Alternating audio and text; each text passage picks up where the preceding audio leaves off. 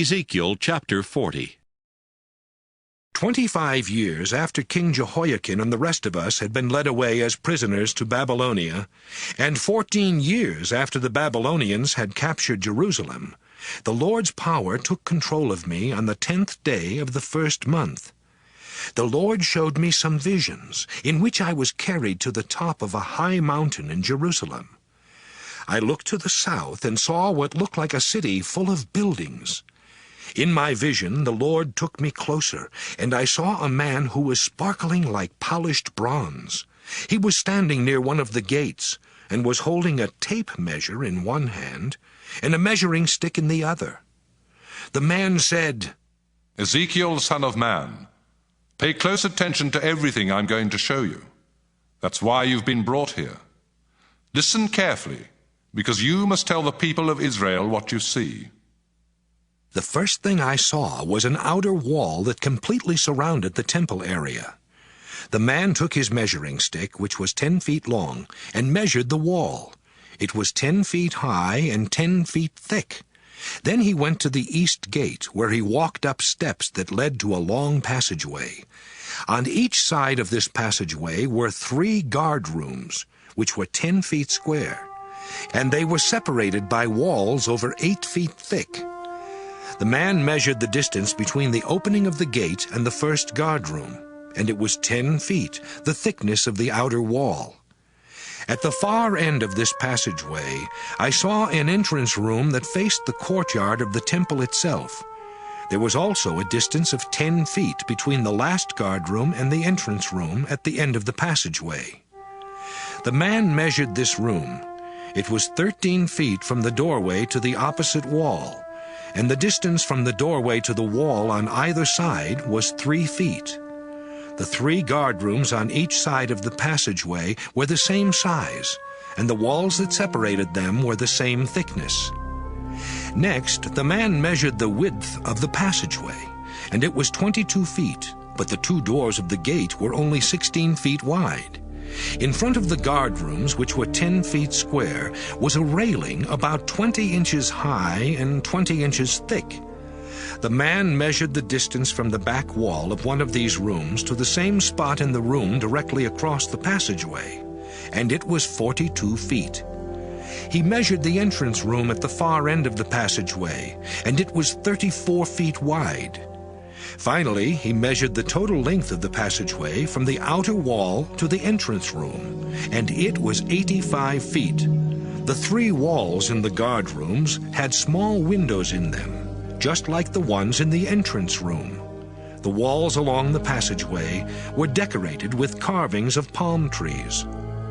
The man then led me through the passageway and into the outer courtyard of the temple, where I saw 30 rooms built around the outside of the courtyard. These side rooms were built against the outer wall, and in front of them was a sidewalk that circled the courtyard. This was known as the lower sidewalk, and it was 85 feet wide.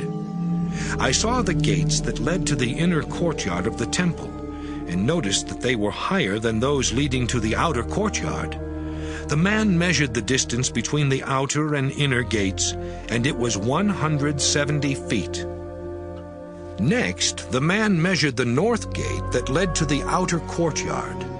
This gate also had 3 guard rooms on each side of a passageway.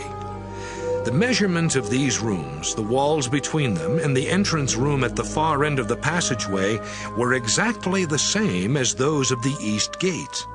The north gate was also 85 feet long and 42 feet wide. And the windows, the entrance room, and the carvings of palm trees were just like those in the east gate. The entrance room also faced the courtyard of the temple and had 7 steps leading up to it. Directly across the outer courtyard was a gate that led to the inner courtyard, just as there was for the east gate. The man measured the distance between the outer and inner gates, and it was 170 feet. The man then took me to the south gate. He measured the walls and the entrance room of this gate, and the measurements were exactly the same as those of the other 2 gates. There were windows in the guardrooms of this gate and in the entrance room, just like the others. And this gate was also 85 feet long and 42 feet wide. 7 steps led up to the gate. The entrance room was at the far end of the passageway and faced the courtyard of the temple. Carvings of palm trees decorated the walls along the passageway, and directly across the outer courtyard was a gate on the south side of the inner courtyard. The man measured the distance between the outer and inner gate, and it was also 170 feet. We then went into the inner courtyard, through the gate on the south side of the temple. The man measured the gate, and it was the same size as the gates in the outer wall. In fact, everything along the passageway was also the same size, including the guard rooms, the walls separating them, the entrance room at the far end, and the windows. This gate, like the others, was 85 feet long and 42 feet wide. The entrance room of this gate faced the outer courtyard, and carvings of palm trees decorated the walls of the passageway. 8 steps led up to this gate. Next, we went through the east gate to the inner courtyard. The man measured this gate, and it was the same size as the others. The guard rooms, the walls separating them, and its entrance room had the same measurements as the other gates. The guard rooms and the entrance room had windows, and the gate was 85 feet long and 42 feet wide. The entrance room faced the outer courtyard, and the walls in the passageway were decorated with carvings of palm trees. 8 steps also led up to this gate. Then the man took me to the north gate. He measured it, and it was the same size as the others, including the guard rooms, the walls separating them, and the entrance room. There were also windows in this gate. It was 85 feet long and 42 feet wide, and like the other inner gates, its entrance room faced the outer courtyard, and its walls were decorated with carvings of palm trees. 8 steps also led up to this gate.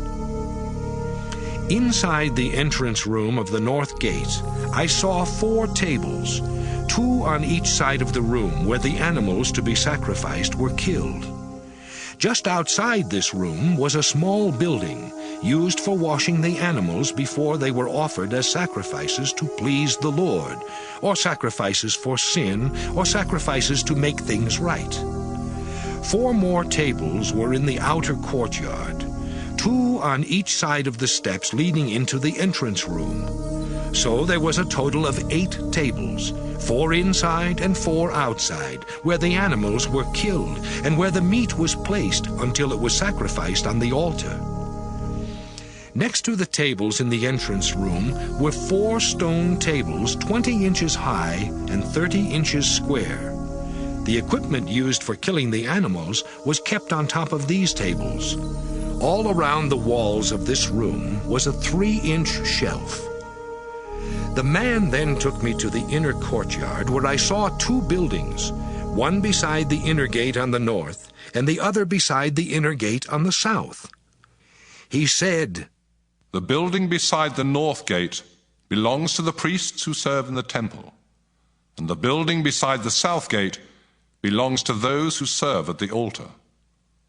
All of them are descendants of Zadok, and are the only Levites allowed to serve as the Lord's priests." Now the man measured the inner courtyard. It was 170 feet square. I also saw an altar in front of the temple. We walked to the porch of the temple, and the man measured the doorway of the porch. It was 24 feet long, 8 feet wide, and the distance from the doorway to the wall on either side was 5 feet. The porch itself was 34 feet by 20 feet, with steps leading up to it. There was a column on each side of these steps.